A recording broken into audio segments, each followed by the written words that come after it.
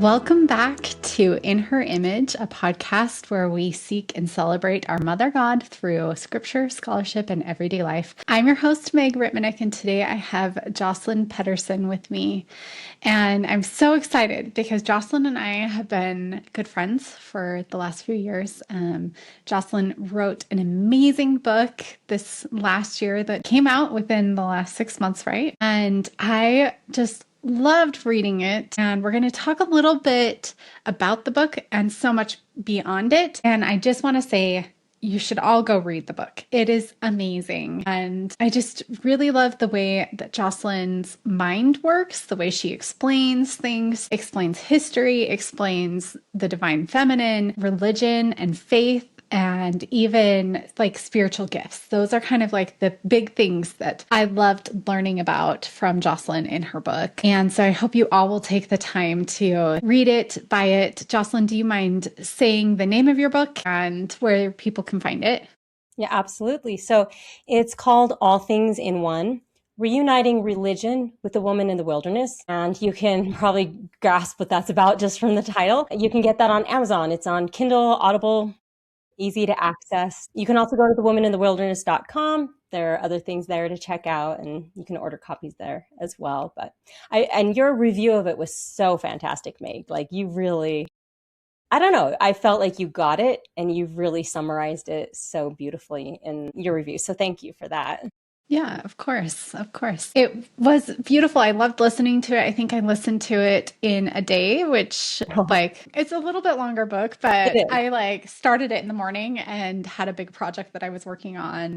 Great. And finished it that evening, and it was so great. I loved it, every bit of it. But there's this specific pattern that you kind of have noticed about the divine feminine, about how she goes into the wilderness. And sometimes she is not in the wilderness. Sometimes she's like present right with everyone and she's visible. But when she's in the wilderness, it's like this kind of invisible veil that makes it harder for people to see her if they aren't looking for her. And Jocelyn and I were having a really amazing conversation about this pattern in scripture, and then specifically in the Old Testament. And so today I wanted to have a conversation about this pattern, what the overarching pattern is, and then how we see it in different stories about women in the Old Testament. I think it's going to be fascinating for all of you to listen to.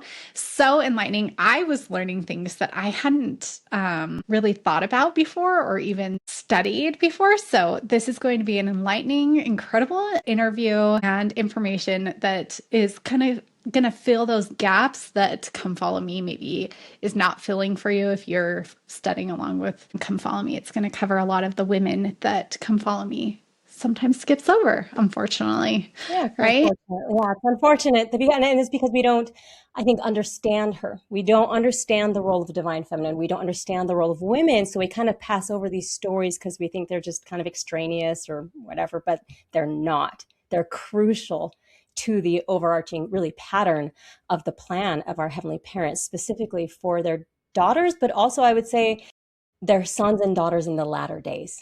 It applies to everyone. Absolutely. So kind of give me an overview of what this pattern is and what it looks like maybe with overall arching divine feminine. Well, you see this pattern very clearly in the book of Revelation, right? You have this woman, she's giving birth to a son, but then the dragon comes after her and she has to flee into the wilderness. She's given wings to fly, and she goes to this place that's prepared for her, it says, for a time. And I approach it a little differently in my book than what we're going to do today, because today we're really going to hone in on these Old Testament stories, which I'm so excited to sink my teeth into this. But in my book, I kind of just show more of the overall pattern, and I go very much into the book of Jacob and the olive tree parable, and how this parable it's exactly this. It's the divine feminine that is the life force of the gospel of Jesus Christ. It is the blood, you could say, of the church that gives it life.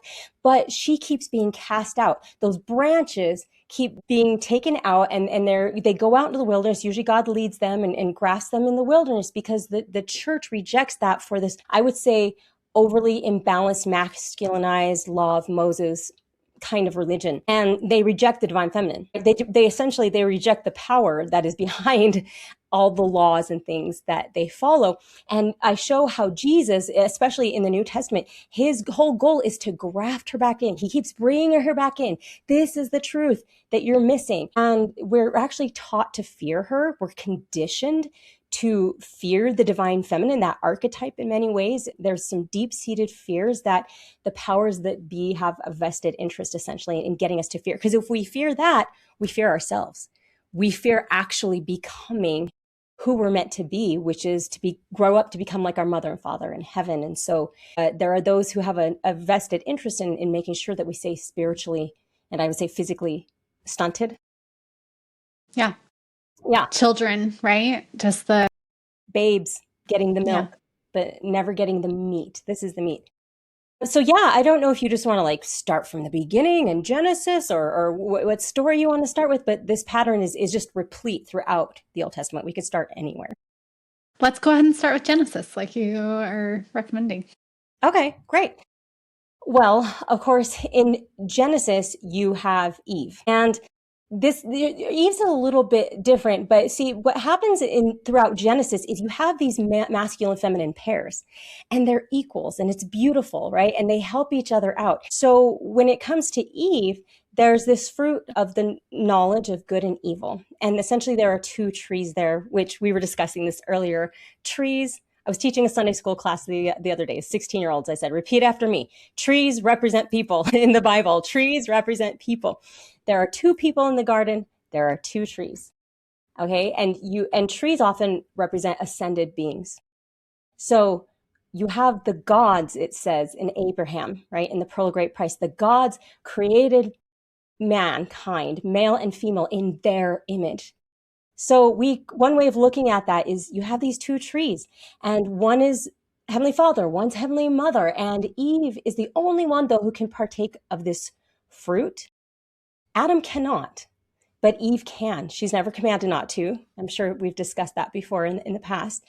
And so she has this ability essentially to initiate Adam into this new way of being, of becoming like our mother and father in heaven. And so she provides him with the fruit. And of course, the fruit of the tree usually means children. That's often the metaphor there. That's what Nephi sees in his vision. He sees a tree, he sees the mother, and then he sees the fruit, which is the son, right? Jesus Christ. But Eve has to be the one to initiate him into this. And there's a beautiful symbolism of that in our own temple ritual of Adam waking up and rising up to meet her where she is. So anyway, so there are things like that. You have Abraham and Sarai. There are similar things where these women condescend. Eve was the first to condescend, to initiate this plan. Sarai condescends to marry Pharaoh in a polygamous relationship, interestingly enough. She's in a polygamous marriage with Pharaoh. She condescends so that Abraham can be elevated and be empowered in the way he needs to become who he needs to be. And so you see this, and you see something similar then with Moses and Zipporah. Zipporah has this ability for some reason to fulfill a covenant that Moses doesn't. And in doing so, she becomes this, I would say, covenant mother. There's language in there to indicate that he becomes her covenant son. She says, you have become a bloody husband unto me. But the word there actually is more often translated son-in-law or son by law. So there seems to be some sort of a covenant, again, similar to Eve and Adam, where she is able to intercede on him and elevate him or initiate him to where he needs to be. Anyway, that's just kind of like a lot of background, because my point is that in Genesis, there's this beautiful interplay between masculine and feminine until we get to Moses. And then something interesting happens that I think most people don't understand. You have Miriam. And instead of Moses' wife being the main person in this story with this masculine feminine interplay, it's actually Miriam. Miriam is the one who plays this role. It's this ancient mythology in the Baal cycle where Moses ascends to become like God. It literally says he was like God when he comes down from the mountain and he's shining. Well, Miriam is like Baal's sister who elevates him and proclaims him a king. So she's the one in that role, and she's a prophetess, and she leads the people. And I know you had a conversation about this. It's really important, the role, that the religious role and the leadership that she plays among the people.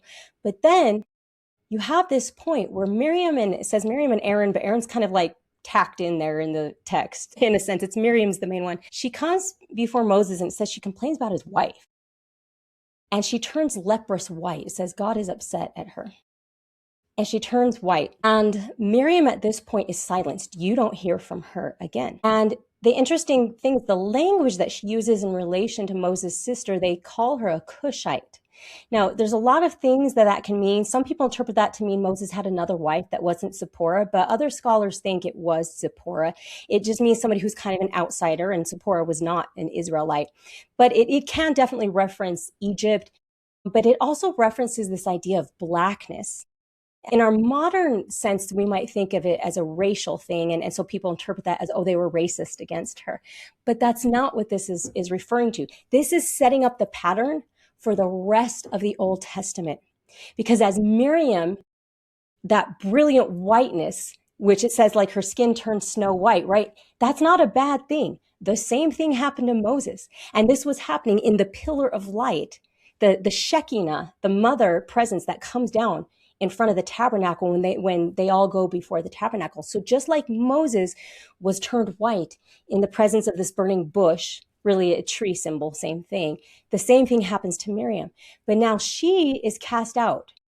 The people don't want to hear her. They essentially go into apostasy, and she's replaced by this black Madonna, this divine feminine who's dark, who we don't actually say her name. That's why there's some confusion about, who she is. And this is the pattern of ascent and descent of the divine feminine that we see throughout the scriptures, all the way up until like Esther, which is where we'll be around this time in our Come Follow Me, I think, when this interview comes out. But you see this over and over and over again. Esther is such a great example of this. You have Queen Vashti.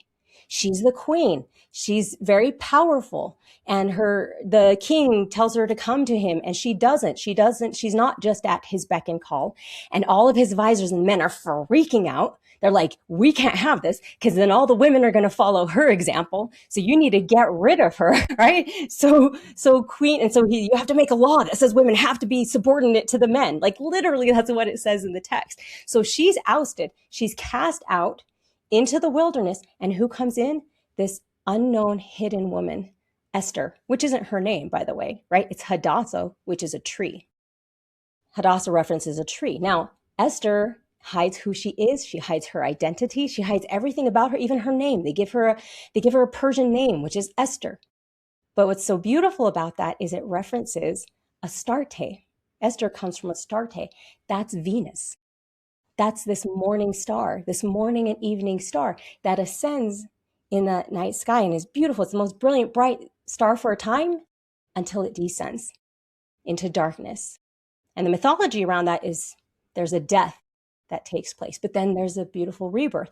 And that's what Esther represents. So she's brought in, she's this outsider. She's not Persian, she has to hide the fact that she's a Jew. She has no voice throughout a good part of the story. She just does what everybody tells her, including her uncle, which is to become a sex slave. I mean, you don't get any lower than that. She has no autonomy, bodily, mentally, or otherwise.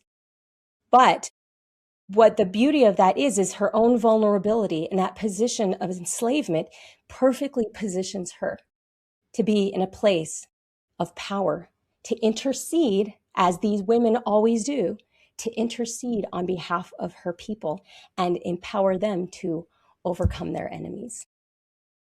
Yeah.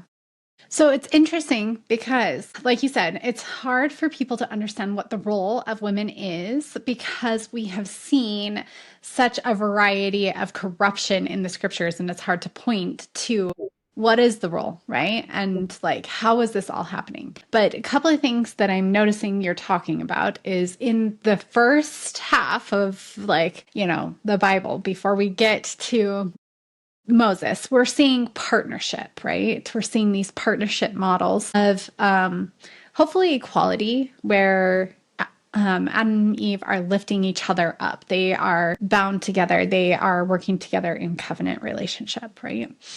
But then when we get to Moses, what we see is the people start to cast the woman into the wilderness, the divine woman. And it also creates an imbalance within the community and within the religion because the woman is cast out into the wilderness. And so the pattern that you're seeing is this like ascent, which is like the bright star of Venus, and descent, where we don't see the star, right? But we know it's still there. So tell us more like, okay, well, another point that I was going to make, like based on what I just learned from you, is that when the woman goes into the wilderness, sometimes it creates kind of a distorted view of the feminine, and the feminine starts getting used in manipulative ways. And that is kind of how Esther comes into this picture, right? Yeah. She is used in a manipulative way that isn't true to the roles of the divine feminine, but that is kind of what's happening in the scripture. And she still has, because she's kind of this hidden presence, and she's keeping the like essence of who she is hidden, she still is able to have great power in her story because she has this essence of her that is connected to the tree, which is her hidden name, right? Connected to the divine feminine. And man, if people can't relate to that, I feel like there are probably a lot of situations in people's lives where they don't feel like they're truly seen. They are hiding in plain sight. Maybe they've had destructive, horrible things happen to them because of the world that we live in, where the divine feminine is hidden. But they still have a power within them to create miracles, even when horrible things are happening in their life or in the world around them, which is, you made the point that Esther was a sex slave. It's like a really rough thing to kind of come into realization that like the whole story of Esther is all about treating women badly, basically, and what happens to women when we lose the divine feminine. But then when we are able to honor it and see it, and it's like she had to invite the king into her space 3 times to be able to fully actually see her and see her divinity that she had and build that relationship. And then once he was able to acknowledge her power and her majesty that she held within herself, then the power was manifest to be able to create miracles for the nation of Israel. So it's fascinating.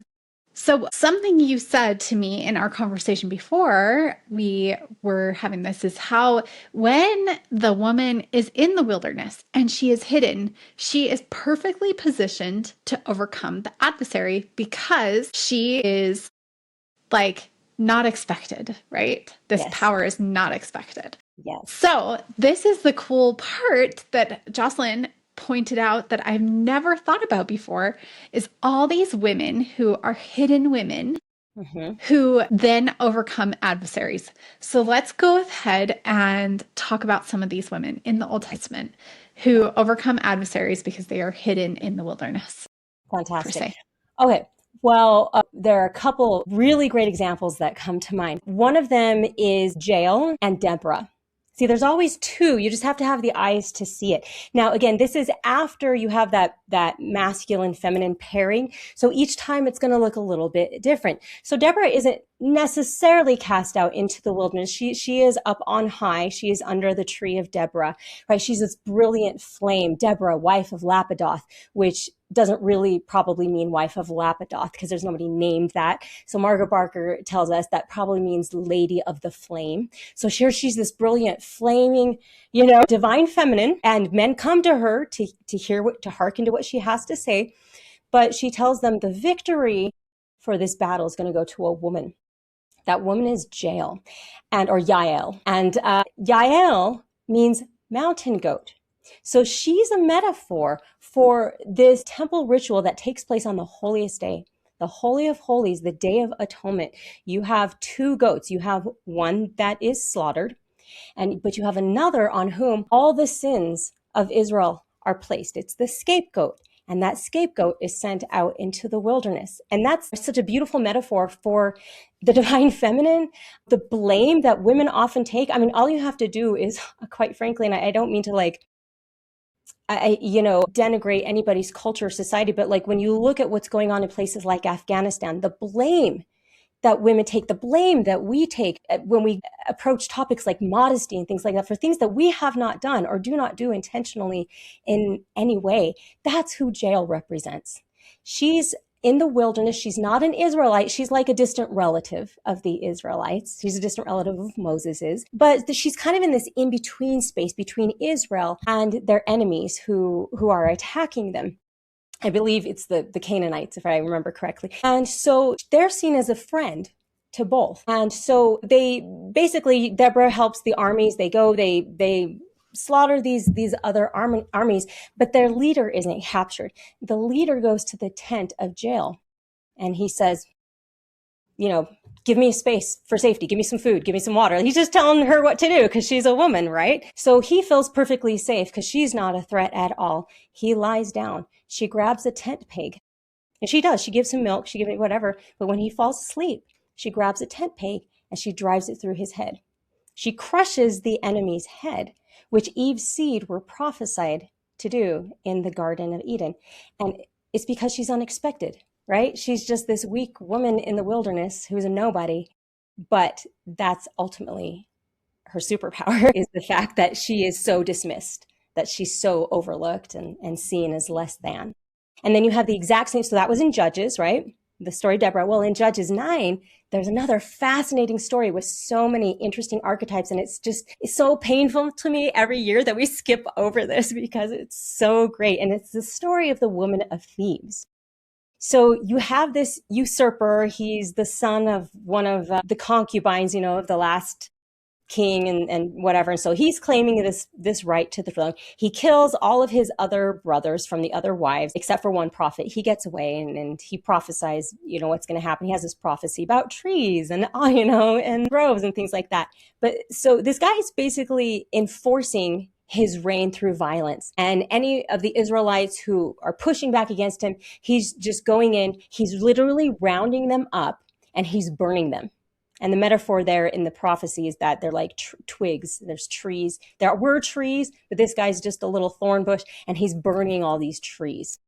But when he gets to the city of Thebes, now there are these temples that people are going to for protection, and they do. But in Thebes, there is this tower. And that is, if you know anything about Mary Magdalene, right, that is such a divine feminine symbol. So there's this woman at the top of the tower. We don't know her name. She's a hidden woman. But when he comes to burn this tower down and light these people on fire, she takes a millstone, she throws it over from off the top of the tower, and she crushes his head. So once again, there's that imagery. She crushes the enemy's head, she takes him out, and the people are saved. And of course, he can't handle the fact that as he's dying, that a woman took him out. So he asks one of his soldiers to run him through with a sword because that's too shameful to be taken out by a woman. But that is what's prophesied to happen in the latter days. These are all metaphors. This is all prophecy, really, for Zion and what will take place in the end times. Right. It's so fascinating, this pattern of this hidden woman being able to overcome the adversary, and that, like you said, we often don't see what the role is or how or why this is happening.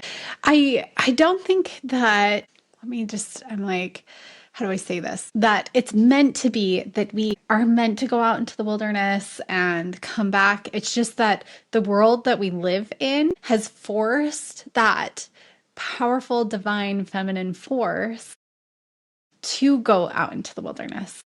Yes. And even though she is there, she still has power to crush and overcome the adversary. And that is what's beautiful about these stories and these patterns. And what I love about the Old Testament is that everything is so much deeper than the actual story, right? And it's so symbolic. Even with like names, the names are not just names, they are stories in and of themselves. Each name of every person in the Bible maybe it wasn't even their original name, maybe it was just given to them to explain who this person is, what their story is, what their role is, and how they're going to like fulfill their mission in their life and what they're representing. So, like Deborah, it's B, right? That Yeah. means B, which is like that divine feminine name. And it's just, and like you said, Jael is the scapegoat. These names are so powerful. And so I think it's important for us to really look at names so that we can see the deeper hidden layers in the scriptures,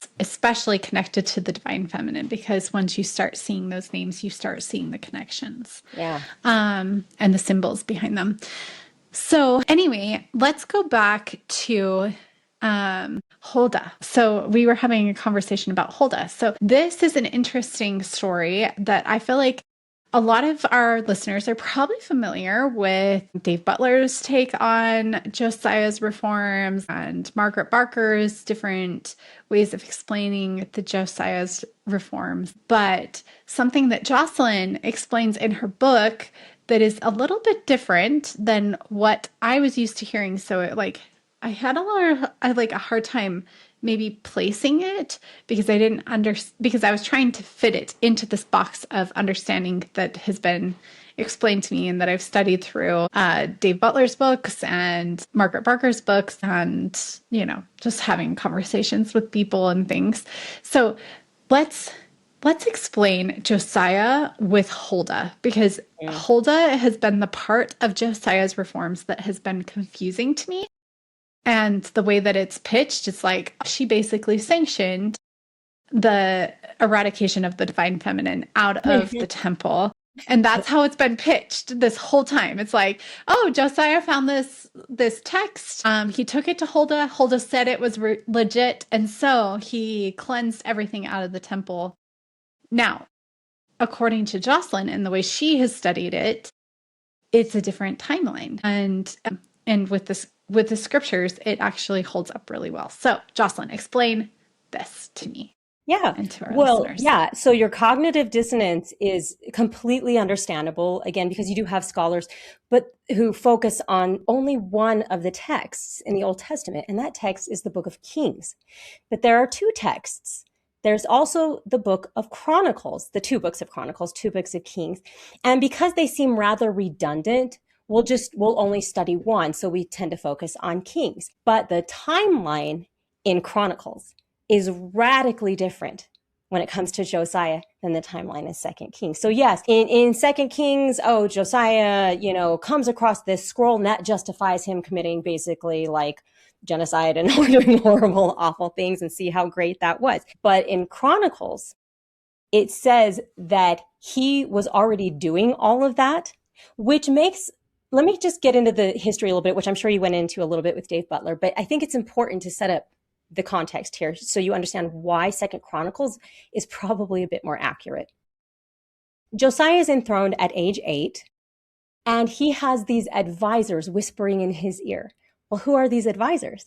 These are the people, the refugees essentially, or the people who had to leave the northern kingdom of Israel because the northern kingdom of Israel fell due to, Isaiah says, apostasy. They were apostate and they were no longer protected. So there's this first exodus of the Israelites that takes place, but some of them go down into the northern kingdom of Judah. A lot of them are royalty, things like that. So they become these advisors to very, very young Josiah, who's listening to them and growing up until age 20, where he has a lot of fears. There are prophecies that the same thing is going to happen to the kingdom of Judah. And so I think it probably makes sense that he looked to somebody like Hezekiah and used him as a role model because they both did something similar, so much so that in our own Come Follow Me manual, we pair them in the same lesson. Right? There's this cleansing that they both do. Hezekiah cleanses the temple. He tries to get rid of all of what's seen as apostasy, apostate behavior. Now, it's really hard to know what really did and didn't happen because these texts were not written until after the exile. right? Until after the exile of the Jews into Babylon, and then it's taken over by the Persians. And then they're at this point, so Josiah is very much influenced by the northern kingdom of Israel that had converted to a religion of monotheism. Before that, we have so much evidence. Margaret Barker speaks of this. William Deaver, archaeologists like William Deaver and other historians show us that before they implemented this monotheism, there was a religion that worshiped a mother, a father, and their son. We see this in the temple. It was in the temple. It was all throughout Israel and Judah. But as Hezekiah and Josiah consolidate their religion, right? They centralize it more, especially Josiah. He centralizes it all. It's only in Jerusalem. You can only do this at the temple. It can only be the Levites who offer sacrifices, which is a problem for Lehi because he was not a Levite, and I don't think Isaiah was either. But and yet he has this holy holies experience that, so anyway, sorry, that's like a whole other side thing. But so Josiah is influenced very much by this monotheism, and so he believes that if you're going to purge the kingdom of things, it's not just getting rid of like this extraneous stuff that is coming from the other cultures. Like, we have to purge any semblance of anything other than this one male God. Now, the people who wrote this text were very much of that opinion, because they were influenced by Zoroastrianism. They were influenced by all their neighbors that had that kind of a religion. And they start writing these texts. They hadn't really written their texts before. This was an oral tradition.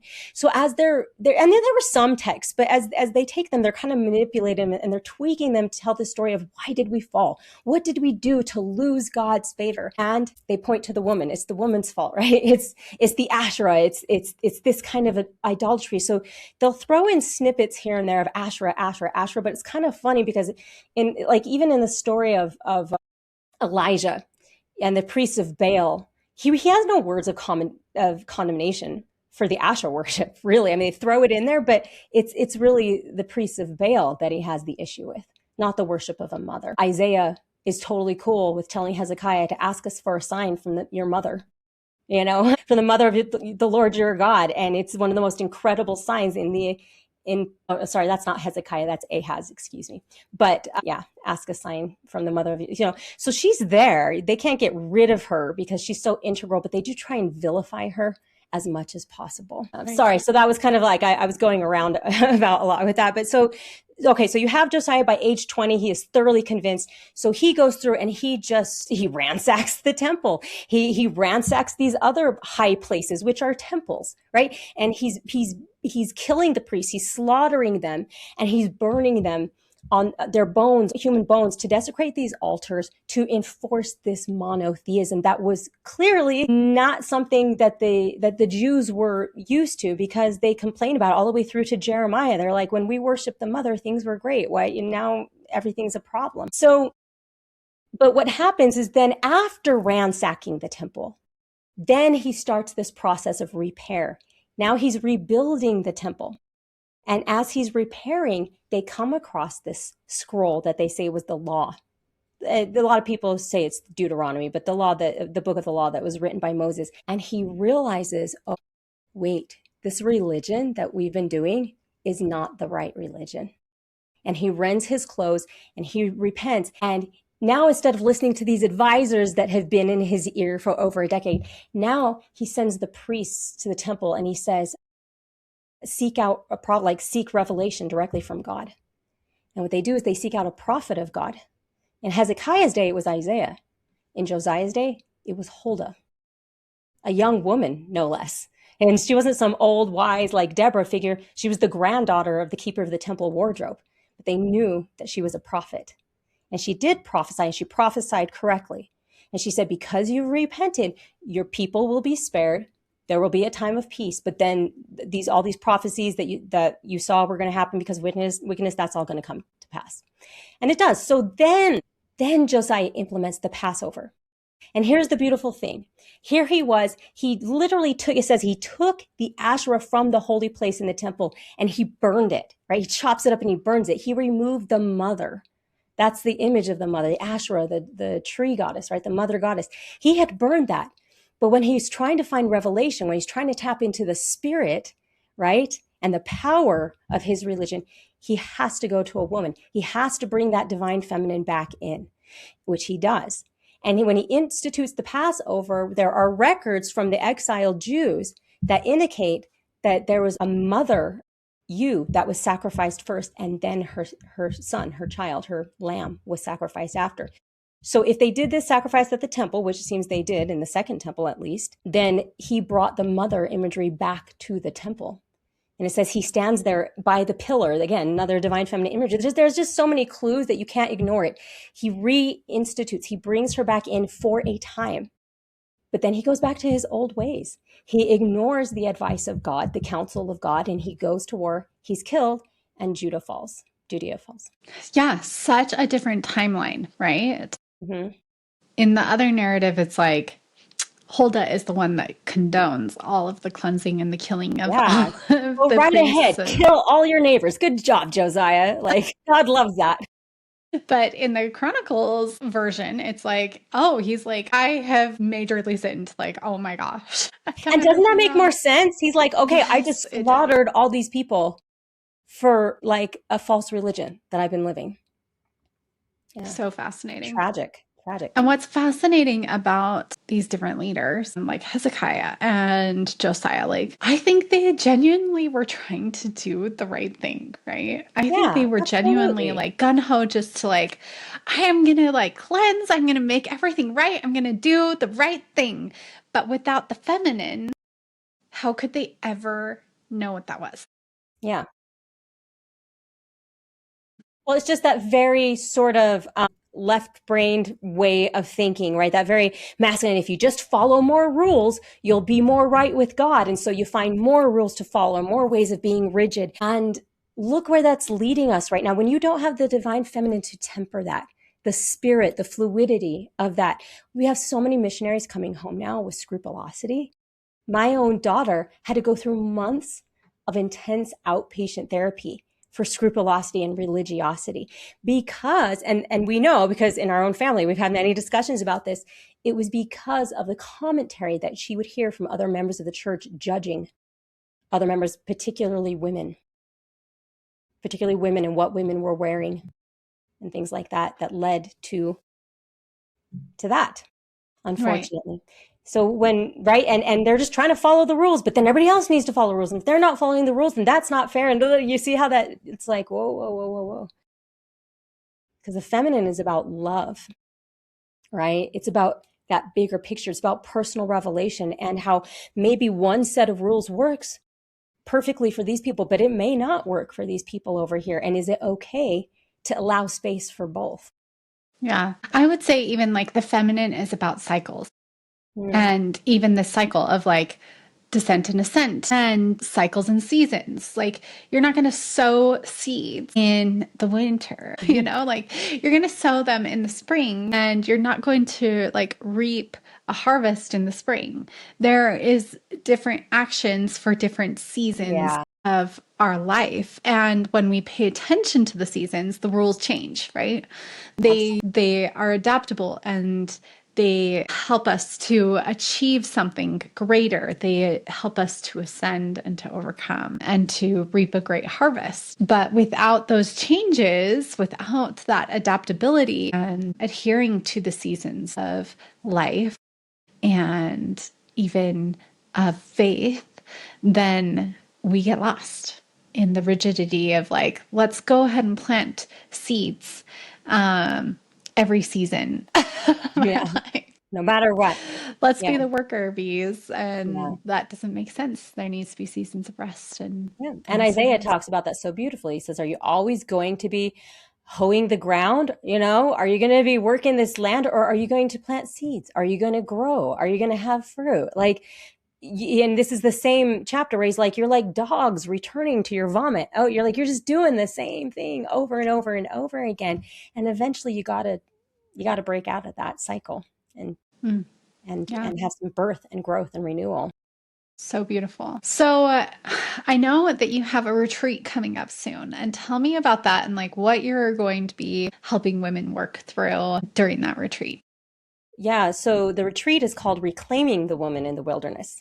And obviously it's based on some of these concepts in my book, but it's exactly what we have been talking about, right? It's number one, it's helping women to actually see who they are, to understand their role that's been hidden, that's been vilified, that we've been taught to like shy away from, and to embrace that. But it's also dealing with a lot of the trauma that we experience from growing up with these beliefs, and these ideas that make us feel that if we were to branch out in any way and explore our individual spirituality and connection to God and our own priestesshood as women, that somehow that's bad. So there's going to be a lot of integrating, of healing. A lot of it is just, it's somatic healing, because we, as women especially, right, we carry so much of this in our bodies. So we're going to have Qigong for reconnecting to our sexuality in a healthy way. We're going to have some trauma release exercises where you do literal like somatic shaking and release. And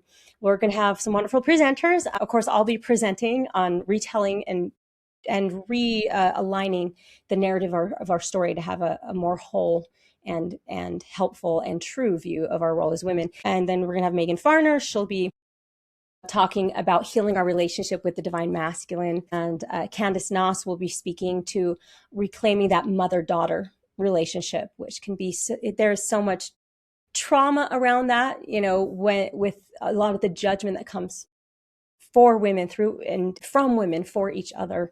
So yeah, we'll be doing that and reclaiming our spiritual gifts, reclaiming aspects of the Bible, even reclaiming sacred rage will be one of the things that we do, which I'm really excited for. And so it's going to be fantastic. It's in September on the 12th. So you can go to thewomaninthewilderness.com/retreat and sign up. There'll also be like a VIP thing the night before. We'll be more one-on-one kind of working with the presenters and doing healing work around all of this.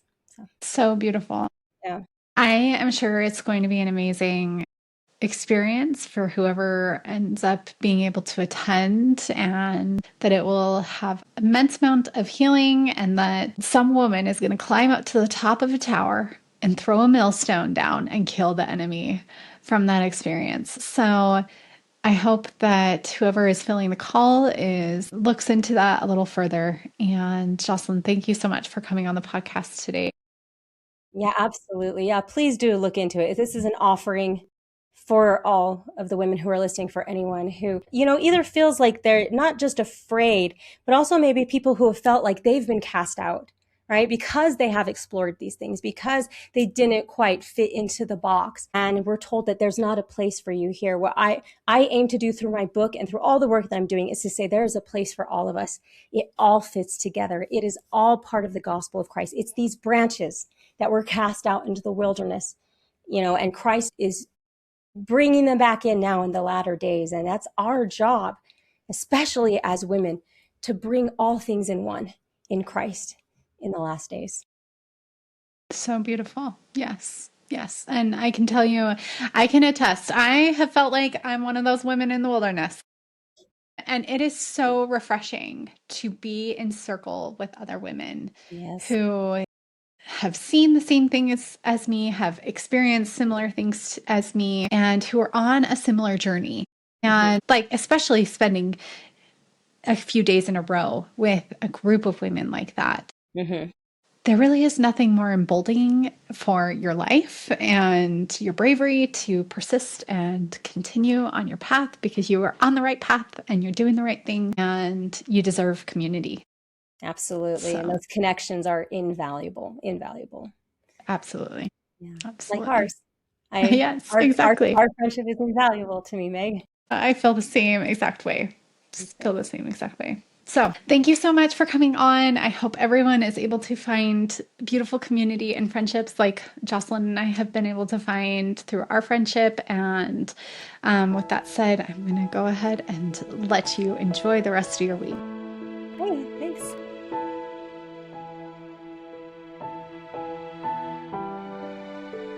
Thank you for listening. If you enjoy this podcast, we invite you to come on over to patreon.com/inherimagepodcast for more content and community. We're so excited to meet you. We hope you'll tune in next time and find wisdom all along your way.